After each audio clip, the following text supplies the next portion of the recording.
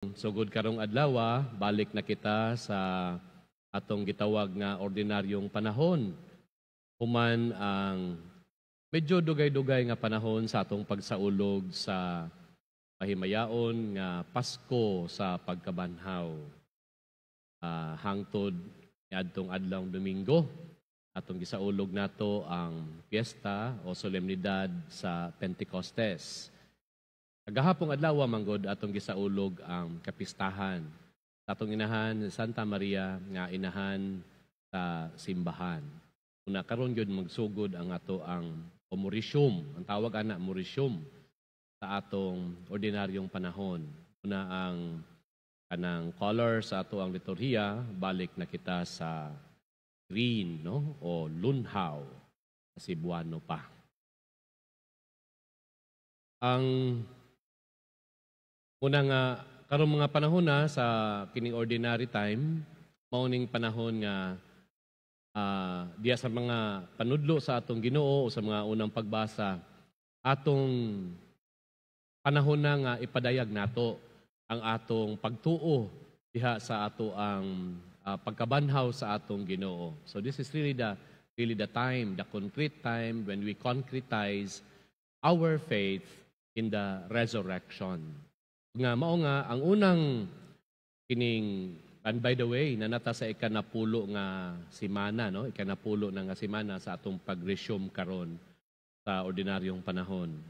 Ug ang pakaingon tag-una nga gitudlo sa atong Ginoo diya sa ebanghelyo ni San Mateo nga nadungog karon sa ebanghelyo, mao ang kambingay mahitungod sa atong pagkakita, our very identity as Christians. Ug ingon nga tulo kini ka hulagway ang gigamit. Ang una mao ang asin, kaduha mao ang suga, ug ang ikatulo mao ang syudad. The three parables of our identity as Christians diya sa atong katilingban, diya sa atong nasod, no? Diya sa simbahan. Sayod man gyud ta kining asin. Kani karon daghan naman kog kayong klaseng asin, murag di na kayo nato ingon matagaan og dako kayo nga kining pagtagad ng asin. Gawasan gyud kung mahutdan tag asin, no? Diya sa balay samtang galuto ta, nya ka-realize ka nga wa tay asin, human jud ka diha. Pero kani adto perti kayo ka ingon tag precious commodity yung kaayo ning asin. By the way, karon no, nalibog na ko. Unsa man gyud mga klase sa asin nga naay Himalayan salt, ay pink salt, apa? Ay rock salt, iodized salt. Ambot unsa na gyud benepisyo ana kay sa kung nabawan nga ang asin parat. Ora gyud na. There may be really health benefits sa paggamit sa maong asin. Alright. Balik ta sa kaniadtong panahon, dili yano ang asin. Very precious commodity di ay na. Nga bisan gani sa balay, sa ilahang panimalay kaniadto, inguntag mura na o sa pagkakaroon siguro, mura nag, kung iatong ihambing na siya sa pagkaon, no? Mura na siya o kanang mahalon nga beef steak or lobster, no? Ingon ana nakamahal ang asin kaniadto. O gani daw nga sa ako pang nasayuran. Kaniadto daw tungod kay very precious man siya nga commodity. Dunay mga agalon kaniadto nga ang ihatag nila nga sweldo sa ilahang mga ulipon asin. Asin. Unang nagtahap ang uban nga kanang English word nga salary, gikan gyud na sa word nga asin, sal, no? So daghang mga pinulungan, very familiar nato ang kining Spanish nga ang Spanish sa asin is sal, no? Munang mopalit tag pandesal. Tinapay nga medyo parat-parat, no? Ganahan kay taana. So kaniadto daw mupalit ka og mupalit ka ng naakay trabaho ana at the end of the day ang imong suhol asin unang dako na kay na nga ingon tag ikalipay sa kining worker o sa gisuhulan, no? Karon tistingi daw gahatag og palabha daw na inyomuhang na bandera. Nya taga suhuli daw og asin kung musugot ba. Di na gyud siguro, no? Una nga kay precious commodity man gud siya kaayo. Nakaingon ta nga once nga kaniadto ha, when we speak about during the biblical times, ancient times, when we speak of asin, kana who stand out yun na nga commodity. And that is what a Christian is. No? Sa katilingban, sa simbahan, ang Kristiyano, magpadayag yun sa inguntag, dili yano nga matang sa kinabuhi, dili kasagaran na matang sa kinabuhi. Unang kaniadto, matingalag yun na sila. Nganong anak man na sila, kinsa man na sila. Nganong grabe man sila maghigugmaay. Nganong grabe man sila makatabang sa mga kabos. Kinsa man na sila. Mga Kristiyano. So, the first time nga gitawag ang mga Kristiyano, dito sa Antioch, no? Nasa sayod ta ni Ana. Pan si San Pablo, o si Bernabe. Ug nga, saan ang tungura makaingon ta nga, really, the people came to know that they are Christians because of their love. Talagsaon kayo, unang asin. No? And kining asin, sayod ta nga, kung masubrahan ra gyud ni kaayo, tipyat pod ang pagkaon. Di na halos makaon. Kay parat. No? Sobra kay kaparat. So bitaw nang iagi natog binuang, no? Kana bitaw, sample mo, unang paghigop timog sabaw. Nya, parat kaayo.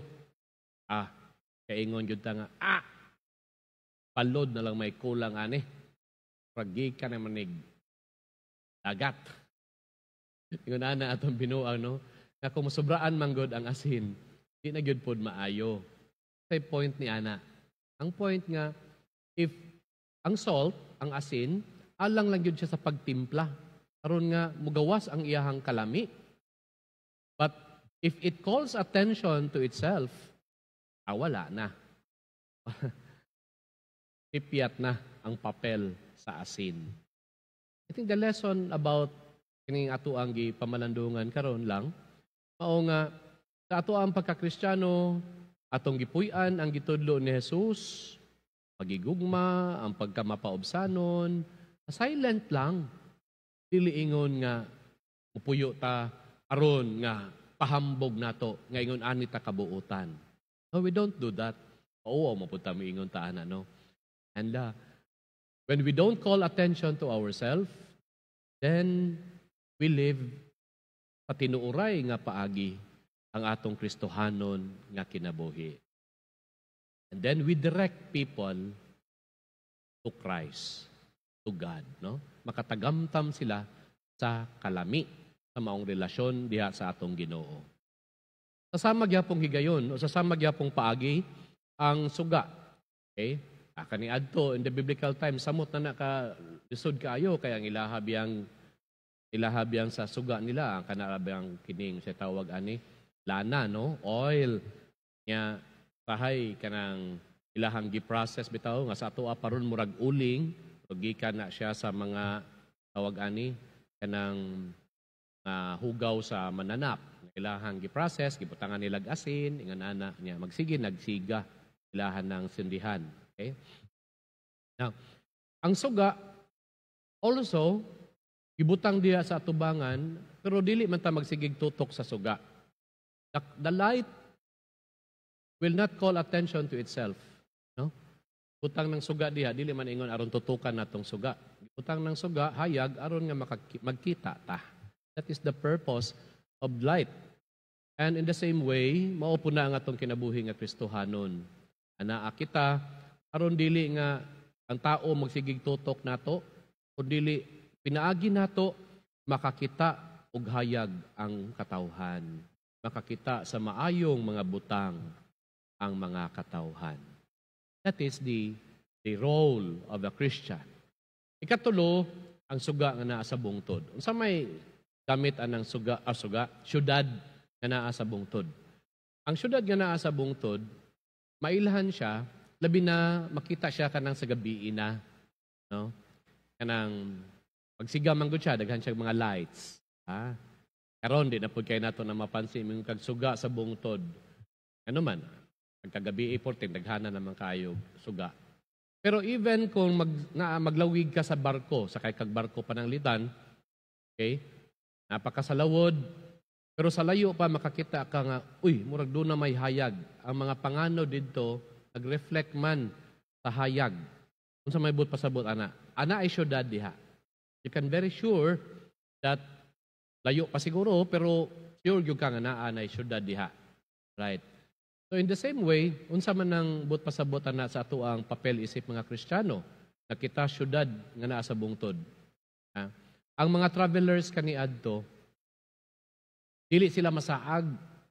Samtang maglakaw sila bisan gabi na kita sila sa layo nga maunang syudad, then they know asa padulong ang ilahang direction. Di na sila masaag. Paupo na ang atong kinabuhing Kristohanon. Pinaagi sa atong pagpuyo sa mga gitudlo ni Jesus kanato, magtultul kita adto sa atong mga igsuon, sa uban, nga ingon tag naningkamot usab sa pagsunod kaniya, nga makaabot sa ilahang padulngan. Sama sa usab sa atong padulngan na mao ang Ginoo. Ang mga igsuon sa atong pagpadayon nga pagpuyo sa mga gitudlo sa atong Ginoo kanato, karong adlaw magsugod kita sa pagpahinumdom sa atong kaugalingon. Kita mga asin, kita nga mga suga, kita mga syudad sa bungtod.